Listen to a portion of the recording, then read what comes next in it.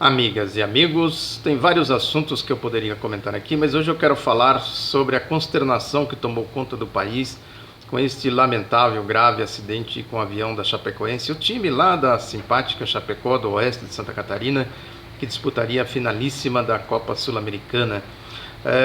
Eu poderia falar aqui, por exemplo, dessa questão aí do Dallagnol. Eu quero falar rapidamente aqui para não passar em branco.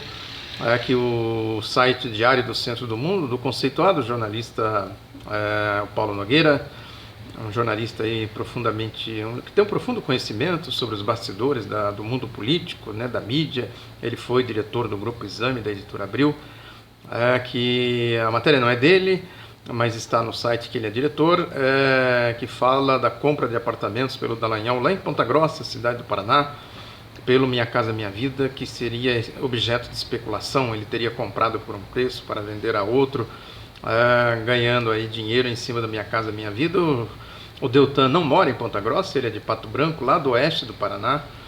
Tem também aí a questão do Michel Temer fazendo o Sérgio Moro, né, fazendo limitações ao Eduardo Cunha para proteger o Michel Temer. Aí uma tentativa de salvar o Michel Temer dessa crise no qual o governo dele está envolvido. E ele disse que vai acelerar aí as reformas, que é isso, né? É uma pressão muito grande em cima dele para que ele dê conta de pôr em andamento o programa do golpe. A aprovação da PEC 55, que era a PEC 241, a reforma da Previdência, a reforma trabalhista, as reformas que ele fala aí que precisa ganhar a confiança de empresários e de investidores. É a aplicação do projeto neoliberal. E outras coisas mais, né? Essa questão aí o Sérgio Moro fazendo aí uma espécie de via sacra a favor do projeto das 10 medidas contra a corrupção, esse projeto deles lá, da Lava Jato, projeto de coloração fascista, né, que eu também já falei dele aqui, e outras coisas mais, né? Essa questão, o José Roberto Batóquio, que é o advogado do ex-presidente Lula, falou que o Estado de Direito está pelo fio, né, com essas atitudes, com essas medidas, né? Enfim, são assuntos aí que renderiam certamente uma certa fundamentação para a gente saber o rumo do golpe. Mas, como eu disse, eu quero me ater a essa questão lá da tragédia da Chapecoense, né? Porque eu escrevi um artigo no começo dos anos, aliás, no começo de 2014, em fevereiro de 2014, ali para situar o futebol brasileiro naquele contexto da Copa, né? O país se preparando para a Copa, para situar a importância que o futebol tem para o povo brasileiro, né? O futebol chegou aqui na virada do século XIX para o século XX, trazido aí por marinheiros, né, na costa brasileira. Há controvérsias se o futebol surgiu no norte, se surgiu lá no sul, surgiu em Belém. Há registro de que o futebol teria aparecido no norte do país, mais especificamente em Belém, ou lá no porto do Rio Grande, no Rio Grande do Sul, né? E há a história oficial da chegada do Charles Miller aqui em São Paulo, e outros, né, que foram estudar, brasileiros que foram estudar na Europa, e lá se encantaram pelo futebol e trouxeram o futebol para cá. Né? O surgimento do Fluminense, por exemplo, no Rio de Janeiro, que é o clube mais antigo, né, do Rio de Janeiro, teria sido iniciado por um estudante de Lausanne, na Suíça, que trouxe também para cá a ideia do futebol. A verdade, como disse o Eduardo Galeano, o futebol se espalhou pelo mundo como a cultura da Inglaterra, que o futebol é oficialmente originário na Inglaterra. Né? Aí ele diz como os tecidos de Manchester, como as estradas de ferro, né? Como o livre comércio, né? As ideias liberais da Inglaterra que se espalharam pelo mundo e chegaram aqui também no Brasil por esse intermédio, né? No começo o futebol era essencialmente elitista, os trabalhadores, o povo era mantido fora dos estádios, né? Foi assim que surgiu a ideia da Geral, por exemplo, né?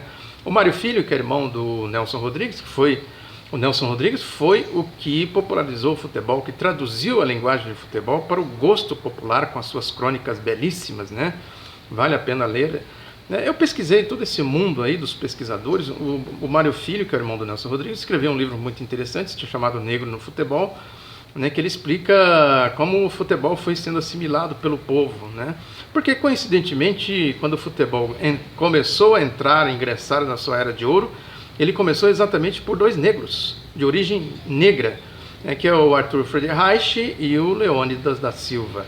E depois, no auge da Era de Ouro do futebol, outros dois negros também protagonizaram aí o futebol arte, né, do Brasil, que foi o Garrincha e o Pelé. Porque é isso, coincidentemente, coincidentemente entre aspas, né, porque quando o futebol ganhou realmente popularidade, ganhou essa característica de futebol arte, que é uma marca do futebol brasileiro, foi exatamente quando esses dois negros, primeiro o Friedreich e o Leônidas da Silva, depois o Garrincha e o Pelé, né? Isso foi passando, vários aí historiadores trataram do futebol, né? Tem também aí obras, o Thomas Mazzoni, né, que foi um pesquisador também da história do futebol. É muito interessante a forma como ele trata, como ele retrata esse processo de evolução do futebol. Ele foi buscar, por exemplo, foi fazer pesquisas na época, né? Ele produziu aí, tem algumas publicações dele muito interessantes, que ele foi pesquisar como que a mídia tratava, como os jornais e revistas tratavam o futebol na época, né? Com uma clara intenção de manter o povo afastado, né? Que o Mário Filho, por exemplo, disse que no futebol era assim, os jogadores entravam com touca de crochê, com lenços de cetim, né? As mocinhas com lenços na mão torcendo. Aí os jogadores entravam em campo e iam saudar a torcida, mas não iam lá na geral, onde estava o povo acompanhando as partidas. Mas, a questão é essa, que o povo ia lá, via, aprendia e ia para as periferias. O Lima Barreto falou disso, né, de como que o futebol se espalhou nas periferias do Rio de Janeiro e depois se espalhou pelo mundo afora. Aqui em São Paulo, por exemplo, no estado de São Paulo, o clube mais antigo aqui, que é a Ponte Preta de Campinas, né, surgiu também assim num bairro de trabalhadores. Eles limparam lá um terreno, demarcaram o campo e começaram a jogar, e assim surgiu a Associação Atlética Ponte Preta. No Rio Grande do Sul também tem um processo muito interessante, entrando lá pelo Rio Grande, Porto do Rio Grande, passando por Pelotas e chegando a Porto Alegre, com o surgimento lá dos clubes em Porto Alegre. Primeiro o Grêmio, com algumas características mais próprias de um determinado segmento, né, que existia, né, mais ligado aos alemães. Enfim, tem toda uma história, e depois foram surgindo outros clubes, né, e o futebol foi se popularizando e atingindo aí grandes multidões no século XX. Isso não aconteceu só no Brasil. Na própria União Soviética o futebol era muito popular, até hoje na Rússia, né? Mas na época da União Soviética a popularidade do futebol era muito grande, porque tinha a ver exatamente com a participação do povo, o povo com um sentimento de pertencimento a uma determinada instituição. Aqui no Brasil é assim, esse amor dos torcedores ao clube decorre exatamente disso, dessa sensação de que ele pertence àquela organização, àquela instituição. Quem torce para um determinado time, né, que torce, o torcedor faz verdadeiros sacrifícios para acompanhar o seu time, tem ali uma sequência de acompanhamento, né, de devoção por aquele time, exatamente por isso, porque ele tem essa sensação de que aquele time lhe pertence, né. Isso é muito importante, né, faz parte da cultura. Como eu disse, tem vários livros, o João Saldanha tem livros interessantíssimos sobre toda essa história, né? Tem também o José Lins do Rego, escreveu sobre isso. O Lima Barreto, eu disse aqui, falou disso. Até o próprio Capistrano de Abreu, que é tido como um historiador sisudo, né? Ele também falou do futebol, né? Não sabia o que era exatamente, isso no final aí em 1917, 18, por aí. Mas ele já dizia que tinha interesse em conhecer, porque tinha um certo magnetismo já na cidade do Rio de Janeiro naquela época em torno do futebol. Depois alguns outros aí também trataram de maneira crítica, né, como é o caso do Graciliano Ramos, né, o caso também eu já falei aqui do Lima Barreto, né, que também tratou o futebol, né. Eles achavam que o futebol não pegaria no Brasil por supostamente ser um esporte de fora, que não teria muito a ver com o povão, né? O povo brasileiro daquela época, né? Ainda iniciando o processo de inserção mais efetiva na dinâmica social, econômica e política do país. Isso aconteceu depois de 1930, coincidentemente foi quando o futebol também teve essa evolução. E o futebol da era Vargas, né? A Revolução de 1930 do Vargas, que fez toda essa incorporação desses segmentos sociais na dinâmica política, social, econômica do país. Coisa que a gente, no Brasil, infelizmente, de hoje em dia pouco se fala, mas tem muito a ver. A ascensão do futebol tem muito a ver com todos esses processos sociais e transformações. Eu escrevi alguns artigos sobre isso, falando do Nelson Rodrigues, escrevi para a revista Princípios, aqui para o portal Grabois. Eu vou disponibilizar alguns links aqui embaixo para quem quiser acessar e estudar um pouco, ler os artigos que eu escrevi. Escrevi também sobre o João Saldanha. São personagens aí. O João Saldanha era do Partido Comunista, foi o treinador que formou o time de 1970, as feras do Saldanha, porque ele dizia que tinha aquela história de canarinho, segundo ele, que não dava muita ideia do que deveria ser uma seleção brasileira numa Copa do Mundo. Aí ele formou essa ideia das feras, as feras do Saldanha, aquele timaço, com Pelé, Jairzinho, Tostão, e vai por aí afora, aquele timar Rivelino, Clodoaldo, aquele timaço de 1970.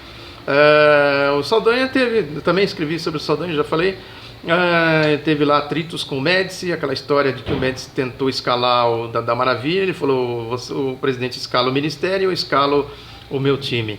O Saldanha é uma figuraça, grande figura, interessantíssima a história dele, que também está no artigo que eu fiz aqui. Enfim, é isso, esse trágico acidente com a Chapecoense atinge toda essa história belíssima, essa arte da nação brasileira, que tem motivos para estar consternada. Toda a história do futebol brasileiro, do povo brasileiro, nesse momento, inclina aí os seus sentimentos, as suas consternações, às famílias, aos dirigentes, a torcida brasileira de uma maneira geral, o futebol brasileiro, a nação brasileira nesse momento tem razões para estar triste, porque esse trágico acidente, como eu disse, atinge profundamente a alma do brasileiro, porque atinge o futebol brasileiro.